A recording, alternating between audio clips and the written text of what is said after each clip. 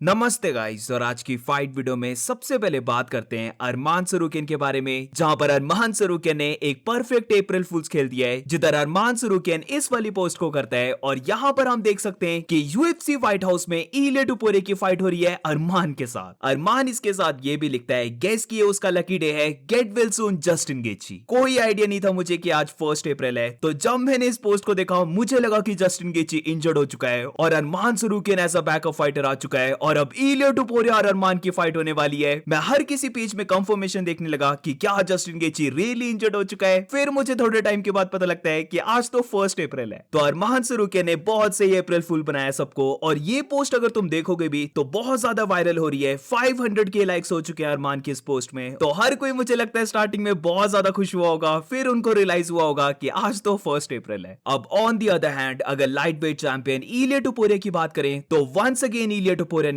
अपनी बायो को चेंज कर लिया है, जहां पर वो ये चीज कपल ऑफ फाइट से करता आ रहा है। और यहां पर भी जस्टिन गेची की फाइट से पहले इलिया टुपुरे ने अपने रिकॉर्ड जो 17-0 का है उसे चेंज करके 18-0 कर दिया। तो इलिया टुपुरे को बोल सकते हैं वो सुपर कॉन्फिडेंट है कि वो जस्टिन गेची को बीट करने वाला है व्हाइट हाउस के कार्ड में। तो अब लेट्स सी क्या ये एक्चुअली में ट्रू निकलता है या फिर एक और बार जस्टिन गेची बीच में आने वाला है और वंस अगेन सुपर फाइट इस्लाम वर्सेस इलिया, या फिर एक बहुत बड़ी फाइट इलिया टुपुरिया वर्सेस अरमान सरूकियन इनको स्पॉइल करने वाला है। और अब मूविंग ऑन तो वेल्टरवेट चैंपियन इस्लाम महाचेव की बात करते हैं, जहां पर कल की वीडियो में मैंने पोस्ट किया था कि Ilia Topuria welterweight fighter Michael Morales के साथ मिलता है, और दोनों की अभी वैसे तो सोशल मीडिया में साइज की बात चल रही है, बट इसी के बीच जब इस्लाम महाचेव की बात करते हैं तो दोनों की पिक के ऊपर रिएक्ट करते हुए ये वाला इस्लाम महाचेव ने इमोजी डाला है, जिसका यही मतलब है कि वो वेट कर रहा है यूएफसी की कॉल के लिए और उसकी फाइट बुक होने के लिए। हो सकता है कि इस्लाम की नेक्स्ट फाइट इयन गैरी के साथ नहीं बल्कि माइकल मोरालेस के साथ हो जाए, क्योंकि स्टार्टिंग ऑफ द ईयर में यही फाइट बनने वाली थी। तो हो सकता है कि यूएफसी फिर से इस फाइट को बनाने की ट्राई कर रही है, जहां पर इस्लाम महाचेव का पहला टाइटल डिफेंस हो सकता है अनडिफीटेड फाइटर माइकल मोरालेस के साथ। और अब मूविंग ऑन तो अब थोड़ा सा डिफरेंट टॉपिक है, जहां पर बात करते हैं रोड टू यूएफसी के बारे में, जिधर कल ही मैंने वीडियो को डाला था कि पूजा तोमर की फाइट होने वाली है शीमिंग के साथ, और ये फाइट एक स्पेशल मेन इवेंट है, यानी कि सबसे पहले रोड टू यूएफसी के फाइटर्स फाइट करेंगे और उसके बाद मेन इवेंट में पूजा तोमर की फाइट होगी शीमिंग के साथ। बट यहां पर मैं कवर करना चाहता हूं, जो कि अनफॉर्चुनेट तो मैं नहीं बोलूंगा, बट हाँ ये थोड़ी सी सैड मोमेंट है, जहां पर ये सीजन 5 है और पहली बार कोई भी इंडियन फाइटर यहां पर सिलेक्ट नहीं हुआ है। ना तो कोई फीमेल ना तो कोई मेल इंडियन फाइटर इस बार सीजन 5 में कोई भी सिलेक्ट नहीं हुआ है। वेरस इससे पहले जो 4 सीजन है अभी तक, वहां पर हर इवेंट में इंडियन फाइटर्स थे, बट अब इस बार इंडियन फाइटर कोई भी नहीं है। स्टिल अभी तक देखें तो अंशुल जुबली ही वो फाइटर है जो रोड टू यूएफसी को विन करके यूएफसी में आए। उसके बाद अगर हम देखें तो बाकी जितने भी फाइटर्स थे वो नहीं कर पाए क्वालिफाई। अब यहां पर बस मैं अंगद बिस्ट की बात नहीं करूंगा, क्योंकि वही एक ऐसा फाइटर है जिसने बहुत सही की थी फाइट्स, बट हाँ अभी तक ये तो मानना पड़ेगा रोड टू यूएफसी में हमारी परफॉर्मेंस बहुत ज्यादा लो रही है। तो इस वाले सीजन में किसी भी इंडियन फाइटर को पिक नहीं किया है, तो मे भी ऐसा भी हो सकता है कि इस बार यूएफसी ज्यादा स्ट्रिक्ट हो पिक करने में, और वैसा कोई इंडियन फाइटर मिला ही ना हो जिसके पास बहुत अच्छी विन स्ट्रीक हो और इसी के साथ जिसके पास काफी अच्छा एक्सपीरियंस हो। तो ये चीज मैं थोड़ा सा कवर करना चाहता था, क्योंकि मैं खुद भी बहुत ज्यादा कीन था कि कौन से इंडियन फाइटर्स होंगे, बट फिर पता लगता है कि कोई भी इंडियन फाइटर है नहीं। तो होपफुली नेक्स्ट ईयर तक मल्टीपल इंडियन फाइटर्स मिल जाएं। और टू बी ऑनेस्ट इतना भी ज्यादा क्रिटिसाइज नहीं करना चाहिए हमें, क्योंकि come on guys, Indian MMA बहुत ज्यादा यंग है, इतना भी ज्यादा एक्सपीरियंस नहीं है। तुम बोल सकते हो ये फर्स्ट जनरेशन है जो अभी यूएफसी तक पहुंच रही है या फिर बहुत ही क्लोज वे से रह जा रही है। तो आने वाली ईयर्स में ये और ज्यादा बेटर होते जाएगा और होपफुली हमें यूएफसी में और इंडियन फाइटर्स मिलेंगे। ऑन द कॉन्ट्रेरी एक फाइटर की मैं बात करना चाहता हूं जिसने रिकॉर्ड बना दिया है, यानी कि नेपाल का फाइटर रविंद्र दांत, जहां पर वो पहला नेपाली फाइटर बन चुका है जो रोड टू यूएफसी में फाइट करने वाला है। तो लेट्स सी वो कैसे फाइट करता है और क्या वो अंशुल जुबली की तरह इस पूरे इवेंट को विन करके यूएफसी में एंटर हो सकता है। और मूविंग ऑन तो अब बात करते हैं एक बहुत ही अच्छे अपडेट के बारे में। आई नो कि ये वाला अपडेट तुम सबको बहुत सही लगने वाला है, जहां पर एरियल हवानी बताता है कि featherweight champion Alexander Volkanovski versus Movsar Evloev की फाइट की टॉक्स चल पड़ी है। मोवसार इवलोएव अभी पहली चॉइस है जिसके साथ एलेक्जेंडर की फाइट हो सकती है। तो ये चीज बहुत ज्यादा ग्रेट है सुनना कि फाइनली ये ऑलमोस्ट कंफर्म हो चुका है कि मोवसार इवलोएव को नेक्स्ट टाइटल शॉट मिलेगा। अब यहां पर बस एक प्रॉब्लम है कि कभी कभार मोवसार इंजर्ड हो जाता है फाइट से पहले, तो लेट्स होप कि इस बार कुछ भी ऐसा ना हो और फाइनली उसकी फाइट हो जाए एलेक्जेंडर के साथ। और मूविंग ऑन तो फाइनली बात करते हैं नेट डियाज के बारे में, जहां पर थियो वॉन के साथ नेट डियाज का एक पूरा पॉडकास्ट आता है और यहां पर नेट डियाज ने काफी चीजों के बारे में बात की है। Make sure to watch it. But इधर अगर मैं इंपॉर्टेंट चीजों के बारे में बात करूं तो नेट डियाज डियाज ने पॉडकास्ट में बहुत सारे फाइटर्स को ग्रिल किया, like Conor McGregor, Dustin Poirier, Charles Oliveira को तो स्पेशली ग्रिल किया।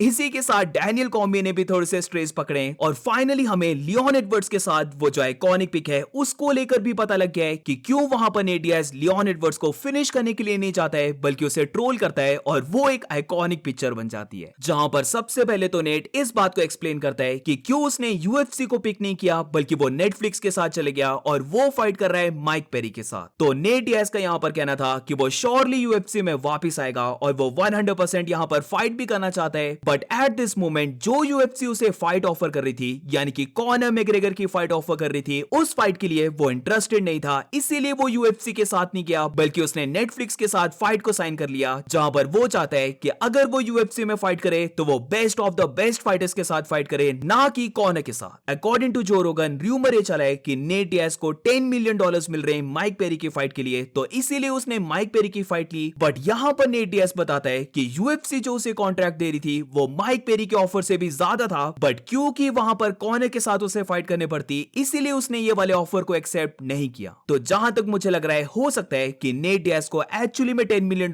मिल रहे हैं माइक पेरी की फाइट के लिए, वेरएस दूसरी साइड यूएफसी ने 3 to 5 फाइट्स का ऑफर दिया होगा, जहां पर कॉनर के साथ फाइट में मान लो $10 to 15 मिलियन और बाकी फाइट्स में थोड़ा सा कम मिलेगा, लाइक मे भी हो सकता है $5 to 8 मिलियन।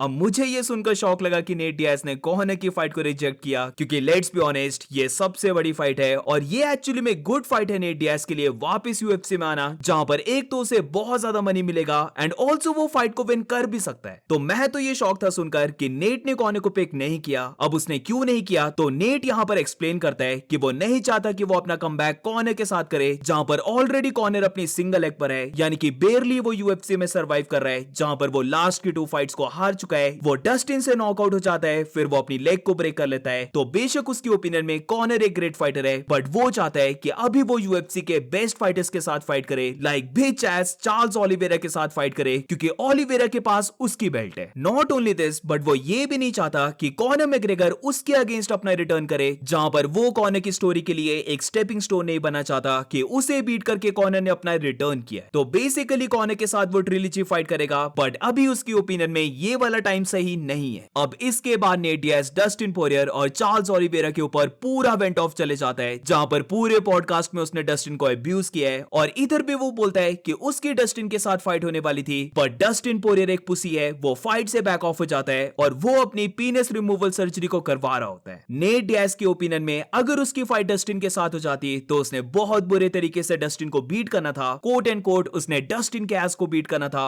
बट ये फाइट हो नहीं पाई क्योंकि डस्टिन पोरियर बैक ऑफ हो गया। इसके बाद बारी आती है डैनियल कॉर्मिये की, जहां पर नेट डियाज डैनियल कॉर्मिये के ऊपर भी शॉट्स फायर करता है कि जब भी वो फाइट करता है हमेशा डीसी का ये कहना है कि उसे ऐसे फाइट करनी चाहिए, उसे ये करना चाहिए फाइट में, उसे ये नहीं करना चाहिए। तो वो चाहता है कि डीसी शट अप कर जाए, जहां पर क्या वो जेलस है कि वो चैंपियन बनने के बाद भी उससे ज्यादा मनी को अर्न नहीं कर पाया। डैनियल कॉर्मिये एक जेलस लिटिल बिच है जो एक बहुत अच्छा रेसलर है, बट उसे फाइट करने नहीं आती है। एक डबल चैंपियन को बोलना कि उसे फाइट करने नहीं आती है, I mean come on Nate. We know कि नेट डियाज ऐसी ही बात करता है, बट ऑब्वियसली हर कोई जानता है कि second greatest light heavyweight fighter in the world Daniel Cormier. अब इसके बाद बारी आती है बीएमएफ चैंपियन चार्ल्स ओलिवेरा की, जहां पर नेट डियाज कहता है कि ये फाइट उसे इंटरेस्ट करती है वापस यूएफसी में आना, जहां पर बिच एस ओलिवेरा ने उसकी बेल्ट को लिया हुआ है। तो अगर उसकी फाइट हो जाती है ओलिवेरा के साथ तो वो ओलिवेरा को बहुत बुरा बीट करेगा। जिनको उसने बीट किया है लाइक एंथनी पेटिस और डोनाल्ड सिरोनी, उन्होंने ऑलरेडी चार्ल्स ओलिवेरा को बीट कर रखा है। तो ऐसा फाइटर जो उसकी बेल्ट को लेके घूम रहा है उसे वो बहुत बुरे तरीके से बीट करेगा। अब नेट डियाज चार्ल्स ओलिवेरा से इतना ज्यादा एंग्री क्यों है, तो इसको भी नेट डियाज ने एक्सप्लेन किया है, जहां पर डियाज का यह कहना था कि जब उसने चार्ल्स ओलिवेरा को कॉल आउट किया फाइट करने के लिए, तो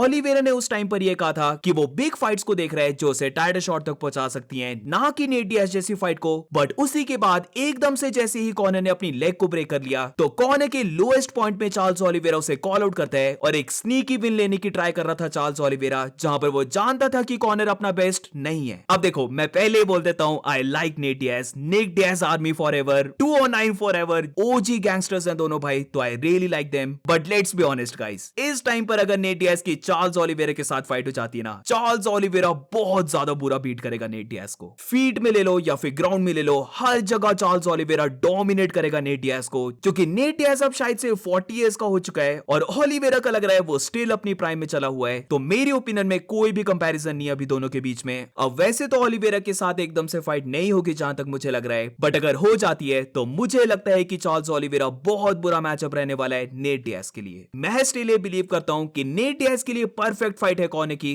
जहां पर वो एक्चुअली में विन कर सकता है फाइट, क्योंकि कॉर्नर भी इतने टाइम के बाद आएगा तो उसे भी रिंग रस्ट होगी। सो मेरी ओपिनियन में नेट डियाज को ले लो या फिर कॉर्नर को ले लो, इन दोनों के लिए ही बेस्ट फाइट ये है कि ये आपस में फाइट करें। अब एंड में बात करते हैं वो आइकॉनिक पिक के बारे में, जहां पर लियोन एडवर्ड्स पूरा रॉक्ड है और नेट डियाज उसे पॉइंट कर रहा है। अभी तक हम सारे लोग बिल्कुल ही गलत समझ रहे थे, जहां पर हर किसी को लगता था कि नेट डियाज ने जब लियोन एडवर्ड्स को रॉक कर दिया तो नेट डियाज को जाना चाहिए था फिनिश के लिए, बट नेट डियाज ने वहां पर चूज किया कि वो लियोन एडवर्ड्स को मॉक करे और इसीलिए वो आइकॉनिक पिक भी बनी, बट इसकी वजह से नेट डियाज फाइट को लूज कर गया। तो ऐसा कुछ भी नहीं है गाइस, बल्कि एक्चुअली में जो होता है वो नेट डियाज ने अब जाकर एक्सप्लेन किया है, जिधर वो कहता है कि सबसे पहले तो ये कंसीडर करना पड़ेगा कि वो 23 मिनट्स तक फाइट कर रहे थे, तो वो फुल पूरे स्वेटी थे, वो थोड़े से स्लो हो चुके थे, और इसी के बाद जब वो लियोन एडवर्ड्स को क्रैक करता है तो वहां पर उसकी आइस में स्वेट चले जाता है और उसे पता तक भी नहीं लगता है कि एक्चुअली में उसने लियोन एडवर्ड्स को रॉक कर दिया है या फिर लियोन एडवर्ड्स बस ट्रोल कर रहा है। तो नेट डियाज को पता भी नहीं था कि उसके पंचेस ने रॉक कर दिया लियोन को, और जब लियोन एडवर्ड्स स्टंबल कर रहा था अपनी फीट में तो नेट को लगता है कि लियोन ट्रोल कर रहा है उसे, और इसीलिए नेट ने उसे पॉइंट किया था।